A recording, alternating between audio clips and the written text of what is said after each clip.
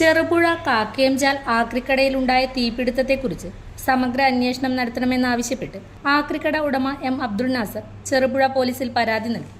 ചുവന്ന കാറിലെത്തിയ ഒരു യുവാവ് ആക്രിക്കടയ്ക്ക് സമീപമെത്തി തീപിടുത്തമുണ്ടായതിനു ശേഷം മടങ്ങിപ്പോകുന്ന CCTV ദൃശ്യം ഉള്ളതായി നാസർ പറഞ്ഞു. തീപിടുത്തം നടത്തിയതിനു ശേഷം ചുവന്ന കാർ പോകുന്നതും കാണാമെന്നും നാസർ പറഞ്ഞു. അതിനാൽ അന്വേഷണം നടത്തി ദുരൂഹത അകറ്റണമെന്നും നാസർ ആവശ്യപ്പെട്ടു. രാത്രി ഒരു മണിയാവുന്ന സമയത്താണ് തീ കത്തിയതായിട്ട് കാണുന്നത്. എൻ്റെ ഒരു ഒച്ചപ്പാട് കേട്ടിട്ടാണ് പുറത്തിറങ്ങുന്നത്. എൻ്റെ പണിയുള്ള ഷാപ്പ് അങ്ങനെ നോക്കുമ്പോൾ തീ കത്തുന്നുണ്ട്. അപ്പോൾ അടുത്തുള്ള ആൾക്കാർ 1-2 ആൾക്കാർ എത്തി. ഇനി വണ്ടിക്ക് പോലീസുകാരെല്ലാം എത്തി. അപ്പോൾ തീ അണച്ചു. വേറെ ബസ്സിനെ വിളിച്ച് തീ അണച്ചുന്നുണ്ട്.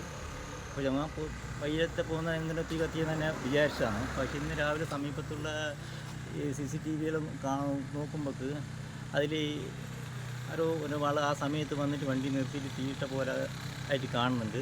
അതിപ്പോൾ സ്റ്റേഷനിൽ പരാതി കൊടുത്തിട്ടുണ്ട്. എഴുതി കൊടുത്തിട്ടുണ്ട്. ഇതുപോലെ അന്വേഷിക്കണം എന്ന് പറഞ്ഞിട്ട് പരാതി കൊടുത്തിട്ടുണ്ട്. ബാക്കി കാര്യങ്ങൾ എന്നിട്ട് അറിയില്ല. ഇപ്പോൾ ചെറിയ നാശനഷ്ടങ്ങളെല്ലാം ഉണ്ടായിട്ടുണ്ട്.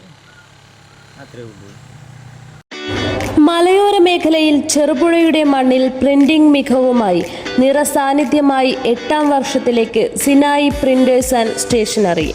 Offset printing, digital printing, banner printing എന്നീ പ്രിന്റിംഗ് മേഖലയിൽ കാലത്തിനൊത്ത അപ്ഡേറ്റുമായി ഏറ്റവും നൂതന മെഷീനറീസുമായി തേരോട്ടം തുടരുന്നു. Sinai printers ID card, wedding card, mug printing, photo frame എന്നിവ നിങ്ങളുടെ കൈകളിലേക്ക് കാലതാമസം കൂടാതെ സിനായി പ്രിന്റേഴ്സ് ഒരുക്കുന്നു.